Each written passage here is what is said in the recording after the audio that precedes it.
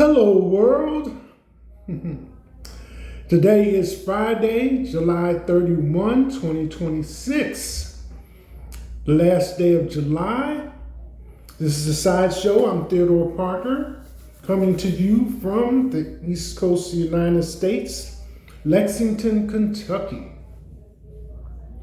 Starting with the weather today in this area. Be a high of 87. The days are starting to warm up. There'll be a mix of sun and clouds. Highs in the upper 80s and lows in the low 70s. Currently, conditions for being outdoors. Running is poor. Cycling is poor. And gardening is good. The AQI is moderate at 57. Pollen, tree none, grass moderate, and ragweed none. UV is moderate right now, and it's a noticeable amount of humidity with wind at 2 miles per hour. Today, sunrise was at 6:39 a.m. and sunset at 8:48 p.m. today.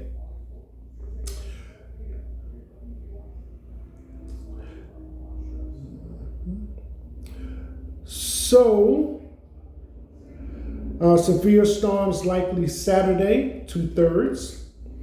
Rain possible Saturday morning, 58%. Grass pollen decreasing tomorrow. And temperature is almost the same as yesterday, up by 1 degree. Already, the weather's looking into August, which starts tomorrow, August 1st.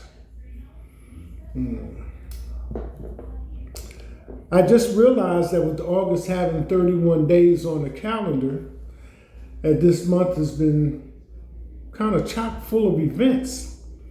We started out the first part of the month, all prepared to celebrate 250 years of America independence, fireworks on the 4th, holiday weekend. I guess one way of saying it, after that, things started to slide downhill from there. We got a bunch of food recalls, the last one or the latest one pertaining to bacon, and this is all coming from the FDA, Food and Drug Administration. I think over 12,000 pounds of bacon. So if you want to check that, you can do so. And then we had the cyclosporia hit with almost 12,000 confirmed and suspected cases. Explosive diarrhea, as all media sources reported. And then also during the month of July, some states passed a bill to discontinue the sales of marijuana flower in their states. So gummies and edibles are still available, but can't smoke them. Can't smoke them. And then we're still dealing with 3 wars: Israel versus Hamas, Ukraine versus Russia, and USA still involved with Iran. So with a few more weeks left to the summer break, it's time for school supplies. So that's July 2026, 7 months into the year. I was looking at some of the headlines and top stories today, so I thought I would share those with you. And they're as follows.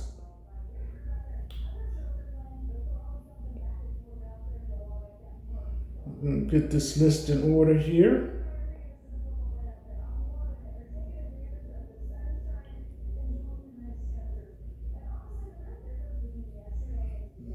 Okay, got that one. This is local. Multiple cases of Legionnaire's disease reported in Kentucky. That was number 1 in the headlines. And then next up was Taylor Swift reportedly feels so much pressure At the report, Travis Kelsey is struggling with this shocking part of their marriage. For those of you that have never been married, there's the wedding, the ceremony, and then the reception, off to the honeymoon, and then back to what is going to be married life. And this all is falling close to time for Travis to report for football season. So they've got what is referred to as a full plate proverbially. So they are working it out. Next one up, Ruby Ribby had an affair with Gavin Newsom. 20 years later, she says Kamala Harris gave her the best advice she got. Stay silent. Well, I think 20 years ago, this person, Ruby Ribby, was mayor of Los Angeles, 2007, 2006. Donald Trump's former national security advisor, John Bolton, predicts the president is in for the worst 2 years after the midterms. That's self-explanatory. Next one, Trump challenges his 2024 criminal hush money conviction. Now, Manhattan DA has stepped in and challenged him in return. Married man confronted over flirting with another woman at a hotel bar gets his own wife to bring down his gun and kills the woman's husband. Located Oklahoma City. Next one, number 9. Get Steph Curry out of there, man. Warriors fans fed up after Steve Curry says it's best for team not to mortgage future. Steve Curry decides to run it back with last season's core that failed to make the playoffs. And then on another note, Florida double execution day ends with the oldest death row inmate's final words, "I never meant to do what I did." The other inmate executed was a former police officer who was guilty of killing a child.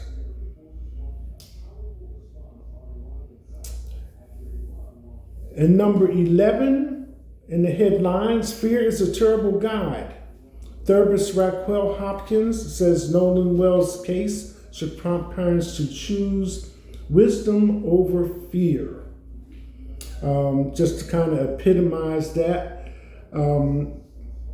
parents have to inform, teach, and monitor how their children go about their activities. And it's like a tightrope between building the confidence for them to go where they need to go and not leaning into too much fear that everybody that they run into is stranger danger. So she is a therapist, and she kind of dropped that part of her professional occupation and spoke in this article as a parent. So this brings us to the top stories for today. See if I can get this page turned here. And the first one up, Nolan Wells state autopsy completed amid investigation into teen's death. So I think the family had they did request an independent autopsy. And I think that came back undetermined and under investigation. So now they're waiting for the official autopsy to be handled and results to be made public. Chiefs Eric Bieniemy's son won't face court until mental health evaluation after allegedly shooting mother. This was shocking even to see.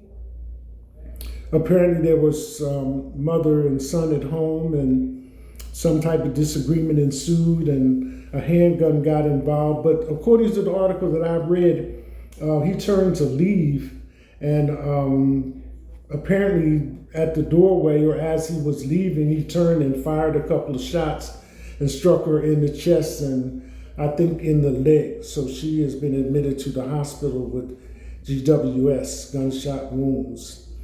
And the court has taken over from there. Obscure court hears first ever case in an attempt to deport permanent U.S. resident. Texas court has been dormant for 30 years. Oh, excuse me, this is out of Texas. The woman is in Texas. The court has been dormant for 30 years. It was brought in by Congress and is called the Alien Terrorist Removal Court.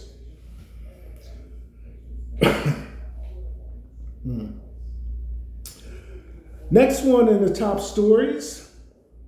Number 5, White House blasts Spanish government as thousands of migrants surge from Morocco. Emergency request denied. If you have not seen this on broadcast TV as of yet, Morocco is in North Africa. So, right, excuse me, I'm pointing at my screen. North Africa. And if you're familiar with geography, the boot that symbolizes Spain, geographical outline is right there. So they're coming across that little space of water into Spain.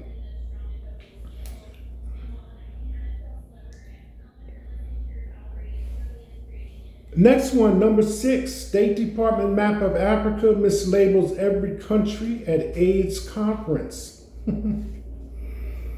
Oh well, that's self-explanatory as well. This was done, how it came into the media, was because the people in attendance representing the various countries took a screenshot. And I don't know how well, okay, there we go.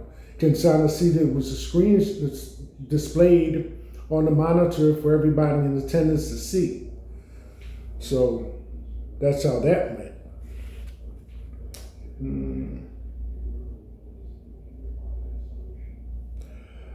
So, continuing, WNBA deletes video of Paige Beckers and Angel Reese betting $400 on the game.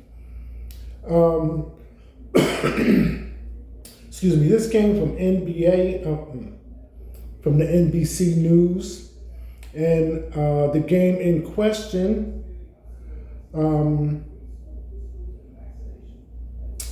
you had the All-Star weekend, and this was days before Becker's Dallas Wings and Reese's Angel Dream was set to play on Wednesday night. And then there was an altercation between Angel Reese and another player. So those things have all been in the news. But this article kind of took me back because, again, I don't know how well you can see that.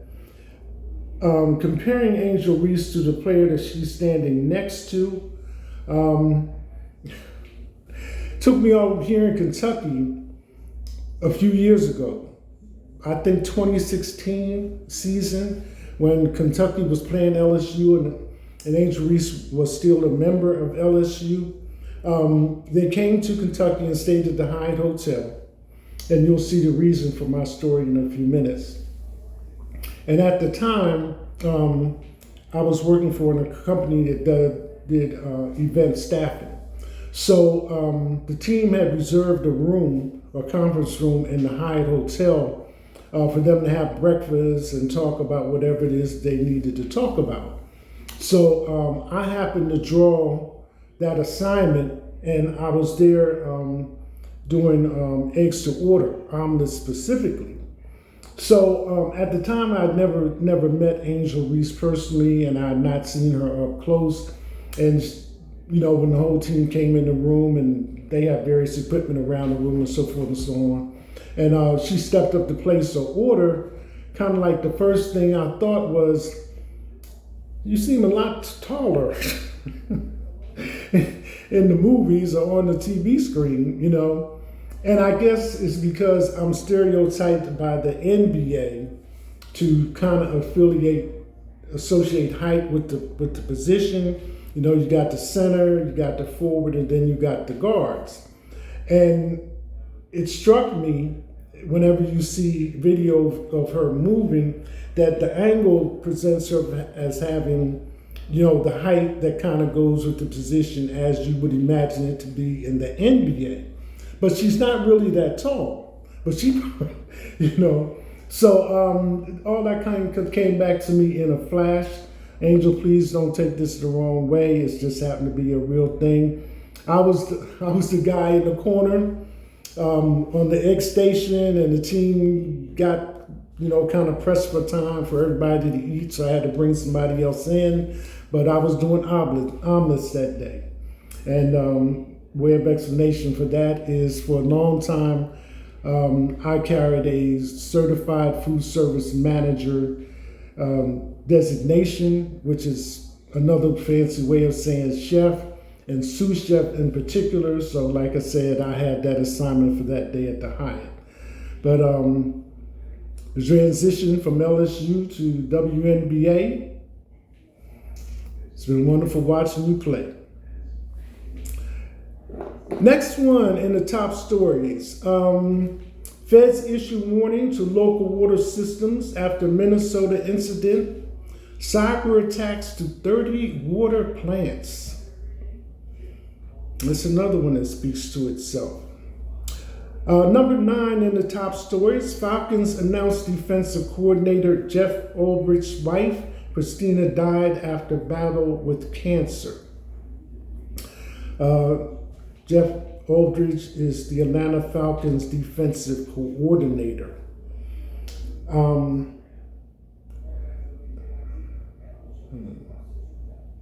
Which is another thing which is totally related, which I saw before, but since we're talking about wives, I will mention this. It's been a while back now, but Minister Farrakhan, probably you just know the name and know who I'm talking about. He announced that his wife had passed due to cancer several weeks ago. So condolences to both families in that matter. And number 10, Jonathan Taylor Thomas reunites with home improvement TV mom Patricia Richardson. So this is a current one was displayed on Instagram. And it shows them as they are now. And that ran for 8 seasons at the time in the 90s, if memory serves me. So here we are, Friday, July 31. Flip the calendar to August, and we're off into another brand new month. This is a sideshow. I'm Theodore Parker. That's it. Hashtag